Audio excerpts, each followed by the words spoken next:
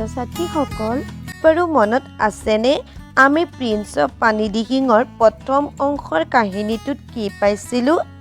হয়, আমি পাইছিলোঁ যে পানীদিহিঙৰ ৰাজকুমাৰ বুলি জনাজাত খগেন নামৰ সেই 17 বছৰীয়া ল'ৰাটোৱে ডাক্তৰ হাতী বৰুৱা আৰু তেখেতৰ পত্নীক উদ্ধাৰ কৰিবৰ বাবে তাৰ বন্ধু ডম্বৰুৰ লগত হস্পিটেল কোৱাৰ্টাৰলৈ গৈছিল।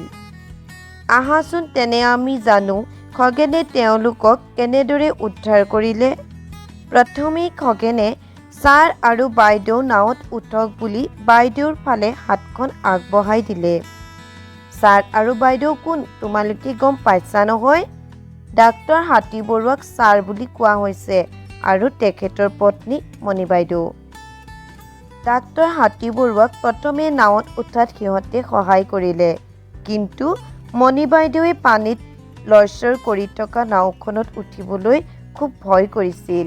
পিছত কেনেবাকৈ তেখেতকো নাৱত তুলি লোৱা হ'ল। ডাক্তৰৰ আন দুজন ব্যক্তিও নাৱত উঠিল। এতিয়া নাৱত তেওঁলোক মুঠ 6জন মানুহ, লগতে ডাক্তৰৰ বেগ আছেই। এই সকলোবিলাক মিলাই নাওখন গধুৰ হৈ পৰিছিল, কিন্তু স্থিৰ গতিৰে উজনিৰ গতিত আগবাঢ়িল। আপুনি এতিয়াও ভয় কৰি আছে নেকি? ডম্বৰুৱে ধেমালিৰ সুৰত মণি বাইদেউক সুধিলে। কিন্তু বাইদেৱে কি ক'লে জানা? যেতিয়ালৈকে সিহঁত দুটা তেওঁলোকৰ লগত থাকিব তেওঁ অকণো ভয় নকৰে।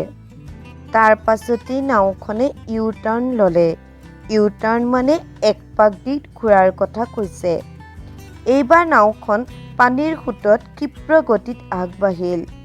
খগেন আৰু ডম্বৰুৱে নাওখনৰ যাতে একো অঘটন নঘটে তাৰ বাবে ইয়াৰ গতিপথ সলাই দিলে। কিন্তু পিছ মুহূৰ্ততে এটুকুৰা চুম্বকৰ দৰে পানীৰ তলৰ সোঁতে নাওখন টানি নিলে। পানীৰ চাকনৈয়াত পৰি নাওখন উলটি গ'ল আৰু সকলোবোৰ পানীত ছিটিকি পৰিল। তোমালোকে চাকনৈয়া কি চিনি পাইছানে? এই যে পানী বাঢ়িলে পানীত ঘূৰণীয়া পকনীয়া হয়, সেইটোকে চাকনৈয়া বুলি কয়। সন্ধিয়াৰ সেই চিকিমিকি পোহৰত খগেনে হঠাতে মণি বাইদেউৰ মূৰটো পানীত তল-ওপৰ কৰি থকা দেখিলে। এজন দক্ষ সাঁতোৰবিদ খগেনে এটা উদৰ দৰে আগুৱাই গৈ বাইদেউক ধৰিল। সি বাইদেউৰ এখন হাতত ধৰি ওখ ঠাই নোপোৱালৈকে পানীতে উপঙাই লৈ গ'ল। ডাক্তৰকো উদ্ধাৰ কৰি সেই ওখ ঠাইলৈকে নিয়া হ'ল। ডম্বৰু আৰু ডাক্তৰৰ লগত অহা মানুহ দুজনেও কোনোমতে পানীয়ে উটুৱাই নিয়া নাওখন ধৰিব পাৰিলে।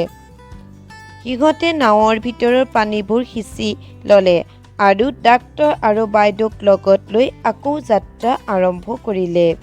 তেওঁলোক এতিয়া বিপদমুক্ত। নাৱত উঠি খগেনৰ পিঠিত হাত বুলাই ডাক্তৰে তেওঁলোকক এটা নতুন জীৱন দিয়াৰ বাবে খগেনক ধন্যবাদ জনালে। সি তেওঁলোকৰ বাবে যি কৰিলে তাৰ বাবে তেওঁলোক সদায় তাৰ ওচৰত ঋণী হৈ থাকিব। মণি বাইদেৱেও তাক ধন্যবাদ জনালে। কিন্তু খগেনে আৱেগিক হৈ জনালে যে তামাকৰ যেতিয়া বহুত বেছি অসুখ হৈছিল সি মাকক এইজন ডক্তৰৰ ওচৰতে ৩-৪ বাৰমান চিকিৎসা কৰালে। কথাটো শুনি ডাক্তৰৰো তাৰ মাকলৈ মনত পৰিল। তেওঁ মাকৰ খবৰ ল'লে। বৰ্তমান মাক ভগৱানৰ কৃপাত আৰু ডাক্তৰৰ সহায়ত সুস্থ বুলি খগেনে তেওঁক জনালে। তাৰ পাছতেই ডাক্তৰ হাতী বৰুৱাৰ মনত পৰিল যে খগেনক গাঁৱৰ মানুহে কিবা এটা নাম দি মাতে, কিন্তু তেওঁৰ কেৱল ৰাজকুমাৰটোহে মনত আছে। বাৰু তোমালোকৰ নামটো মনত আছেনে? খগেনক ক'ৰ ৰাজকুমাৰ বুলি কয় বাৰু? তোমালোকে ঠিকেই ভাবিছা, খগেনক পানীদিহিঙৰ ৰাজকুমাৰ বুলি কয়। ডাক্তৰক আকৌ এই কথাটো ডম্বৰুৱেহে মনত পেলাই দিলে। আকৌ এবাৰ পিঠিত হাত বুলাই ডাক্তৰে খগেনক ক'লে যে সঁচাই সি এটা প্ৰকৃত ৰাজকুমাৰ। জোনৰ পোহৰ পৰি বোকাময় নদীৰ পানীবোৰ ৰূপৰ দৰে জিলিকি উঠিল। লাহে লাহে নাওখন স্কুল বিল্ডিঙৰ ফালে আগবাঢ়িল। ডাক্তৰ হাতী বৰুৱাই এটা কথা জানিছিল যে তেওঁৱেই এই সাহায্য কেম্পৰ একমাত্ৰ চিকিৎসক, কিন্তু তেওঁ চাৰিওফালে খগেন আৰু তাৰ বন্ধুবোৰ থকালৈকে তেখেতৰ যে একো সমস্যা নহয় সেই কথাটোত তেওঁ নিশ্চিত আছিল। ছাত্ৰ-ছাত্ৰীসকল, এয়া আছিল দ্য প্ৰিন্স অৱ পানী দিহিঙৰ অসমীয়া অনুবাদ।